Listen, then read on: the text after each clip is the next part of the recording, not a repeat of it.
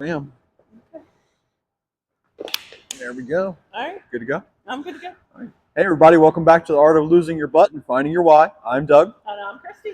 And this week we're talking about getting older and staying active, why it's important, and some things you can do to keep your activity level up. A lot of people, as they get older, find themselves starting to be more homebodies, find themselves sitting a lot more, not getting as much activity in their daily life. And in doing so, you end up with muscle wasting and issues. This kind of hits close to home for me because my father recently experienced this. He realized we went to a family member's house and sat down in a really deep sitting couch and realized that he could not get out of the couch. And it kind of struck him really hard, and it hit me hard too, realizing that his activity level and him becoming so sedentary that he had lost enough muscle in his legs that he could no longer get himself up from a seating position, sitting too deep in something. And I said, Dad, it only gets worse from here unless you start exercising. If you don't use it, you'll lose it. So some things that you can do. I watched my grandparents. Yes. My grandfather retired. He sat in a chair. Yep. And just watched the world go by.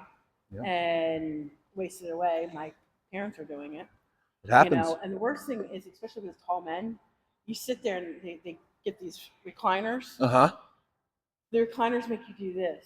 Right, you either hunch forward or you're leaning so much on that backing so much that you lose the muscles in your spine to support it, and it's then terrible. All of a sudden you get up and you slunch. Yep. And then you walk, head over toes. Yep. And you start scuffing, and it's not good. Yes, and it's progressive too. It sneaks up on you. You don't realize you're doing it until one day you can't get yourself out of a chair or can't get yourself out of a couch. Or, God forbid you get down on the ground and realize that you can't get back up. I know people always make a joke about it. I've fallen and I can't get up. We used to tease our parents about it, when we were younger and they were younger. Well, now it's not so much of a joke anymore. It's seemingly more possible, which is kind of scary. Yeah. So, but there's some things you can do to prevent this, is what we're trying to tell you and trying to prepare you for. It's part of just staying active as you get older. Yes, keeping your activity level high. The biggest one for me, like for my father is 82 years old. Excuse me, 82, about to turn 83 in October. So, but he and I both walk every week together. So my biggest tip, the easiest one, is walking. Just low, steady state. Nothing crazy. You don't have to power walk. You don't have to get crazy with it. Just something that keeps your legs moving. You don't have to have two dumbbells in your hand and be, stomping through the development with a pair of spandex tights on. No, you don't need to do all that. But like, just for instance, my dad and I go to a nature preserve or a nature trail or the beach even, take our shoes off or leave them on, depending on the time of year, and just walk. And just doing that keeps the strength and the muscles in your legs working. Because like I said, if you don't use them, you'll lose them. Your muscles will atrophy. They will reduce in size and strength. And eventually they will fail you if you don't do something. It's very possible. So my biggest thing is just walking. We walk like a 1 or 2 mile loop. It takes 30, 40 minutes, just kind of, strutting along, looking at nature, enjoying ourselves. And it's a nice break. It's not just physical reward, but there's mental reward into it. Well, and that's the other part of it, is part of the part of keeping active as you get older isn't just about the physical activity. Yes. It's about the mental as well, and it's also the social. Yes. Because one thing I have noticed, especially over COVID and working with an older population, is they were all, forced to stay home. Yes. And they are desperate for that communication and that friendship and everything. And when they don't have it, depression sets in very easily, and they decline very, very quickly. Isolation is a real thing, and isolation sickness is a real thing, where you find yourself craving people. So one of the things is even keeping the mind active. So go to your local library. A lot of libraries now have activities for seniors. Yes. Reading clubs, puzzle day, things like that, just to help keep you active. And then meeting friends along the way. Yeah. Like my grandfather, for instance, did the crossword every week. He got into Sudoku, and I feel like that kept him sharp for many years. And it gave him something to look forward to, something to challenge him, and something to have a reward from completing. It gave him a task, something to work towards every week. And just having something like that in your life is great, especially as like say a retiree, someone who has for 30 years had a job to go to every day. When you stop doing that, there's a huge chunk of your day where you just feel like you're lost. You no Men longer have have anything that. to, I think especially more. men, Yeah. especially men. And that's like like my father, he retired from work and said, I'm done. I'm going to take off now. I can relax. And he made it, I think, 45 days before he said, that's it. I'm going back to work, because he didn't have any big hobbies outside of work. And in doing so, he found himself sitting in a local bar every day, a local VFW, and said, if I do this, if I retire, I'm going to drink myself to death or blow up like a balloon on a bar stool, drinking beer and eating chips all day, because I don't know what else to do with myself throughout the entire day. And he So didn't find a have those hobby. things. Hobbies. That's the next one. A hobby. Whether that be, a wood, for woodworking, whether that be women gardening, something that just you have to look forward to, something that you enjoy. It can be something very simple. It can be doing puzzles. It can be, My dad loves to do the jigsaw puzzles. Yeah. My grandfather's wife got into cross stitch and those sorts of things, and she got into sewing. And I can't remember the one with the plastic backing, but she got him into that, and they entered competitions and stuff in like arts and crafts fairs. And again, it just gave them something to do together as a couple, which was really awesome. It just brought them closer together, and it gave them something that they were excited about. Entering a competition at a craft fair or a local state fair, and potentially winning or getting a medal or certificate out of the deal, something, an award to say, you did great work. Oh, that's like my husband and his yard art. Yeah. He something rewarding. Tickled pink when somebody stops by and says, "Oh, that's really cool," or "That's really creative." Yeah. I love your yard. That kind of thing. You get that reward. Right. But it does, help him keep. It works. His mind sharp too. It works, and that's the real. It's like she said. It's not just physical; it's mental too, social as well. You can do painting, drawing, art, different forms of art, whether that's working in clay. My next suggestion would be consider classes.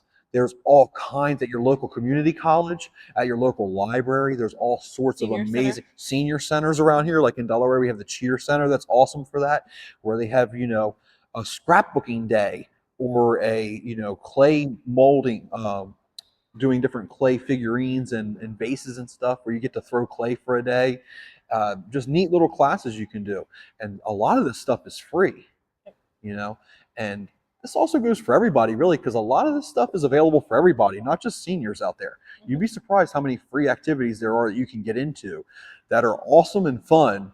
And like we joined a book club in the Milton Library one year, my fiance and I at the time, and ended up in a group of all these people that were all like 65 and older. And it was the best time we ever had in our lives at this crazy book club with these seniors who weren't seniors at all. They were all young at heart, and they laughed and had a good time. And it was just a blast. I can't think of a better time than these people we hung out with. I mean, they were all characters, and they weren't afraid. No one filtered what they said. They just said what they wanted to say, I love that. and it just came out, and that's just how it was. And there was something very free spirited about that I thought was just awesome to me. Now, another thing too is volunteering your time. Yes. And that can be to help other people. You have skills. You're older. You've lived a life. You have different skills. Yeah. Whether it's teaching, English as a second language to kids. You know, Boy Scouts, Girl Scouts, things like that. Going to your local 4-H and offering to teach the kids how to do cross stitch or how to sew, things like that. Your local church. Every church has some volunteering. The hospital, absolutely. Absolutely. Any daycare out there for reading to children. You know, the library has things where they have programs where people come in and read to kids, and that is awesome. Yeah, and they also have the you take your dog in with you, Oh yeah. and they read to the dogs. It's great. That's pretty neat. Yeah, so you get these little kids that are reading to the dogs, and dogs are just sitting there going, okay. But also volunteering your time for nature as well. Yeah. Being from a short town, we track the horseshoe crabs. Hmm. We got the beach cleanup stuff. There's a Beach whole cleanup. crew of 1,000 people Yeah. that do beach cleanup every year. A lot of them from the retirement community who just want to spend some time at the beach, and while they're there, have a bag and a little pitchfork and pick up trash while they're Yep. there. And like state parks, all the time we use you as, you know, tour guides, things like that. Oh yeah. So if you're into really nature, animals, Mhm. a lot of those things, a lot of the Any historical things going Yep. around you, any historical monuments, any forts, like around in Delaware, we have like Fort Miles, Peapatch Island, these places where they're looking for whether that be reenactors or people just to work the gift shop, people to direct people around, give tours. There's all kinds of positions in for Middletown, volunteers. they have a whole volunteer group that does the tour of the old homes. Yeah. The Victorian. Oh yeah, homes. all the historical homes throughout the town. Yeah, a local historical society would be great if you have any of those around. Any historical towns near you. There's all kinds of opportunities out there. If you're interested in something, 9 times out of 10, there's a way that you can get involved. Absolutely, absolutely. And it might not be volunteer. There might be paid positions also. You find out from this, you'd be very surprised how many of these things that just go unknown under the radar. People don't even know about some of them. Just working at the hospital in their little gift shop. Yeah. They hire the seniors to run that. Absolutely. And special needs kids too. Absolutely. That's another thing too, is if you've got the patients, working with special needs kids. I was just about to say that. Yeah. Any special needs organization, um, there's some awesome opportunities there. We did a thing where we got to read to kids with disabilities or that were differently abled in one of our local towns here. They have a whole facility there south of here. And it was such an opportunity for me. It was when I was in an after school program right before college, and we got to go and read to kids. And it was really awesome. I mean, it was so rewarding. Yeah. I thought in the beginning, I'm like, this is a waste of time. I'm doing this on a Saturday. I'm wasting my weekend. And by the end of it, I looked forward to doing it more than just Saturdays. There was something really neat about it. And the thing is, if you're like us and you've lost a lot of weight or you struggle with your own eating disorder or things like that, start a support group. Oh yeah, absolutely. That way you're anything like that. I know soldiers down here that are retired that have started their own support groups. Because it's hard for them. Yeah. As they get older. Right. And it's nice to commiserate. You have somebody to talk to. Right. It's that social aspect. Where a lot of people need to be around other people. You can isolate for a while, but eventually it drags you down. People it gives you a reason to leave the house. It gives you a reason to keep moving. When you don't have any of that stuff, you just sit there. Yes. And when you just sit there, you're wasting your life. Basically. Yeah. You play on the phone, tablet, computer, you watch TV all day. You're not doing anything that's really stimulating yourself. You end up watching the news and just getting angry. Or you end up snacking on stuff or cooking stuff or buying stuff online, or it's not really productive. I mean, you can do it for a little while, but for any period of time, it just drags you down in every way. It really does. And that's what I found. The people that were most successful in doing this were people who went out there and joined a group, or it started off with them walking around the block, and then they found out that there was a local walking club, and they joined a walking club.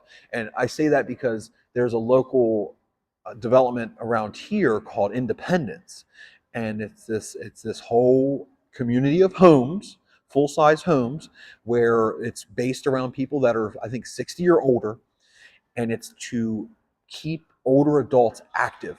And this whole development of, I don't know, maybe 200 homes has every more active adult, more active people in their 70s that are more active than me. Yeah.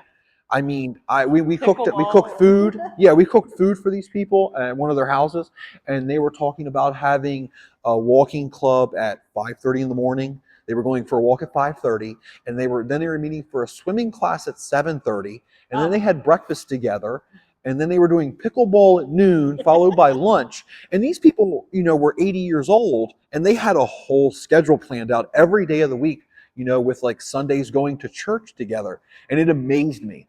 I was like, these people have got it figured out because all of them were super healthy. Nobody in there was incapacitated or was unhealthy in any way, shape, or form. And it blew my mind because I was like, okay, this is the secret, is to stay moving and stay doing and that's things. the funny thing, because working in healthcare down here, you get people and you're trying to schedule them for appointments. Uh-huh. And of course, in physical therapy, we're 2-3 times a week for 12 weeks. Right. And so you're trying to schedule them all out. Well, they'll be like, "Oh, I'm retired. I'm available anytime." And then you start saying, "Well, how about this day?" And they're like, "Oh no, sorry, I've got this to do." And "Oh no, I volunteered that day." "Oh no. Oh no, that's our walking club. I can't miss that." I'm like, "You got to give me something." Right. Tell me when you're available, and we'll check that date. Exactly. You're not retired. You're not retired. Right. You're like, well, yeah, I'm probably more busy than but that's the secret to it. Yeah, it is. It really is. And you mentioned aqua class. Yes. Yeah. Find an aqua size class. Absolutely. I teach them the water. 3-4 times a week. Mm-hmm. And I'll tell you that the bonds of friendship that are made in these things. Yeah. There was a group of 4 ladies that had, the aqua size class at the same time.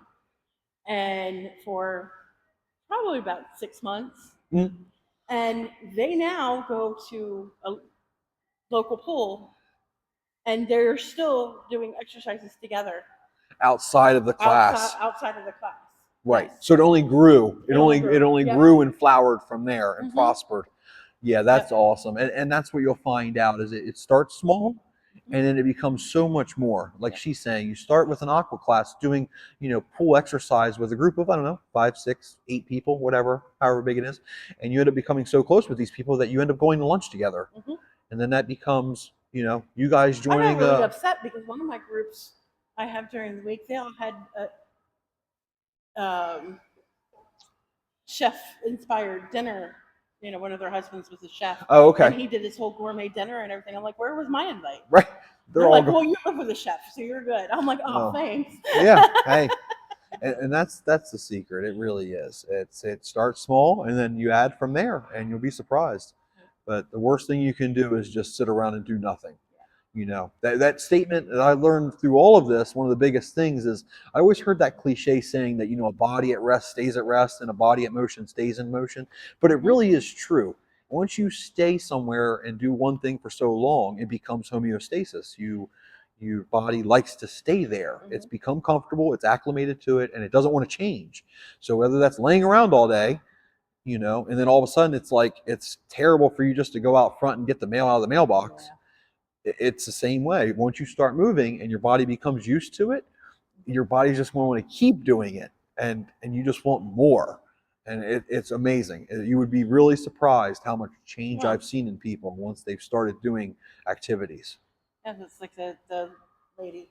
Yeah. It's the reason the podcast is named what it is. Right.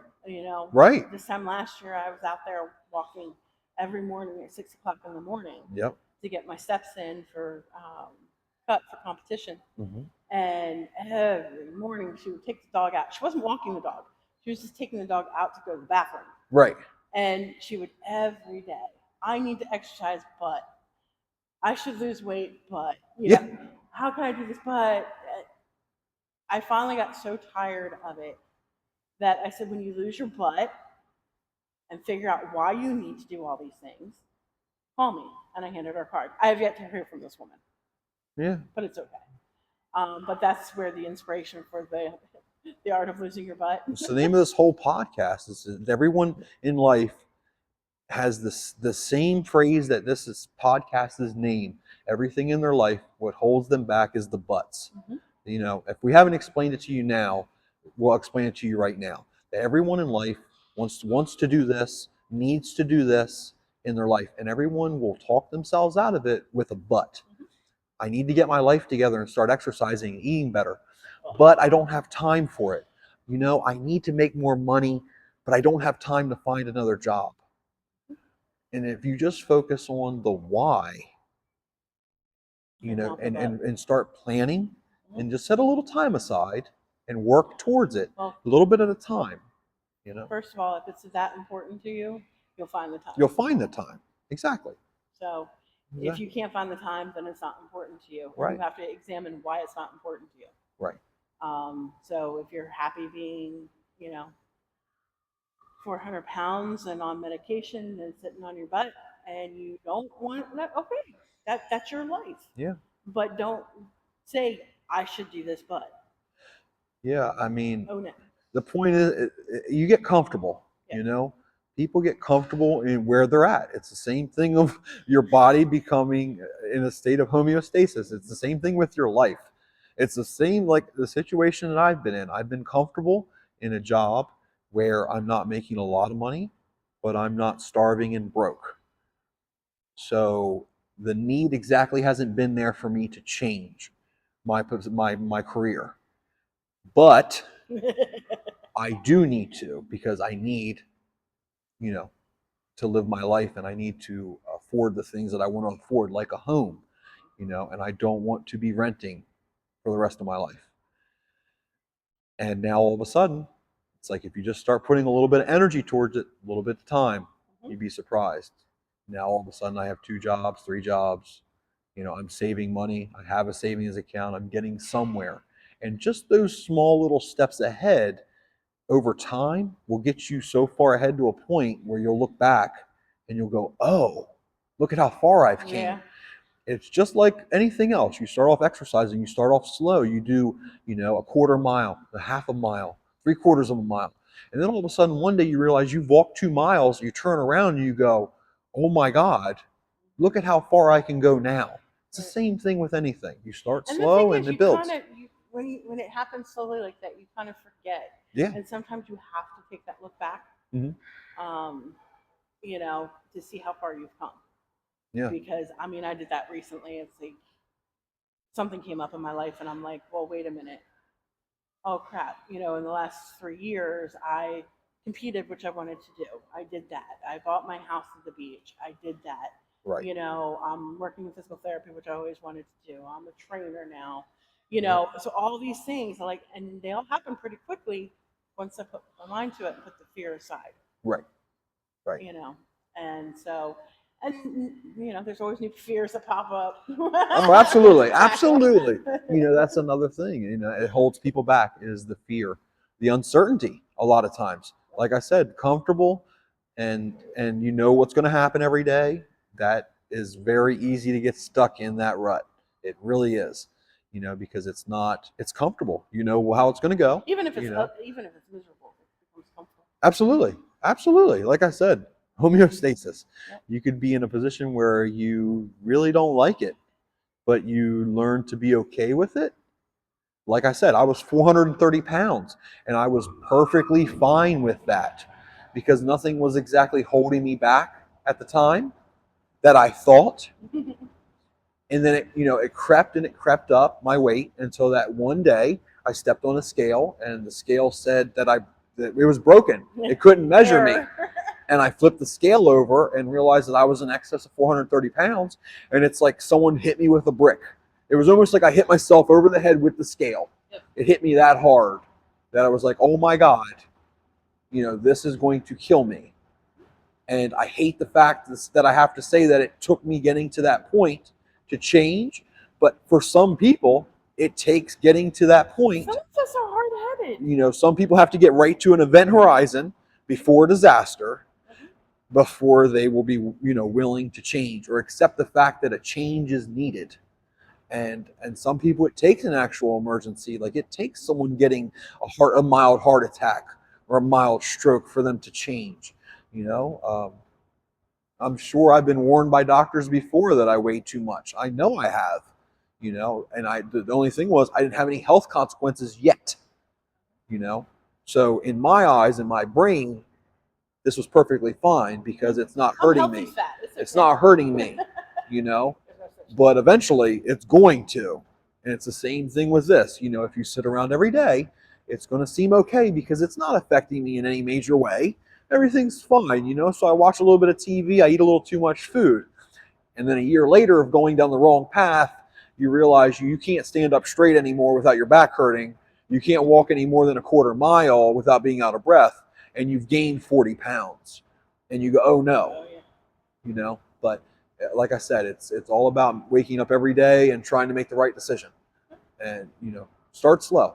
It's all it takes. Being just a little bit better tomorrow than you were today. That's it. It really is. And you'll find that you'll be, you know, don't try to do it all at once. You don't have to go crazy. You don't have to join every club. You know what I mean? You end up just, you know, wearing yourself out and being sick of it and giving up. It's the same thing like with weight loss. Same exact thing applies here. Start slow.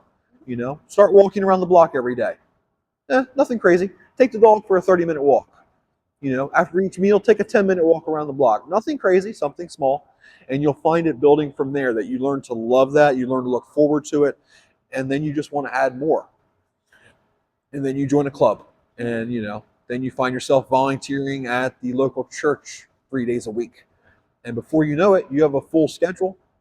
And you're a retired person with, you know, having 40 hours of activities every week, just like a full-time job of things to do that are make you have a feeling like you have a purpose in life, a meaning, a reason to wake up in the morning and keep going and doing the next thing and do the right thing because you have people you look forward to seeing, helping, and, you know, just makes your whole life better. It really does.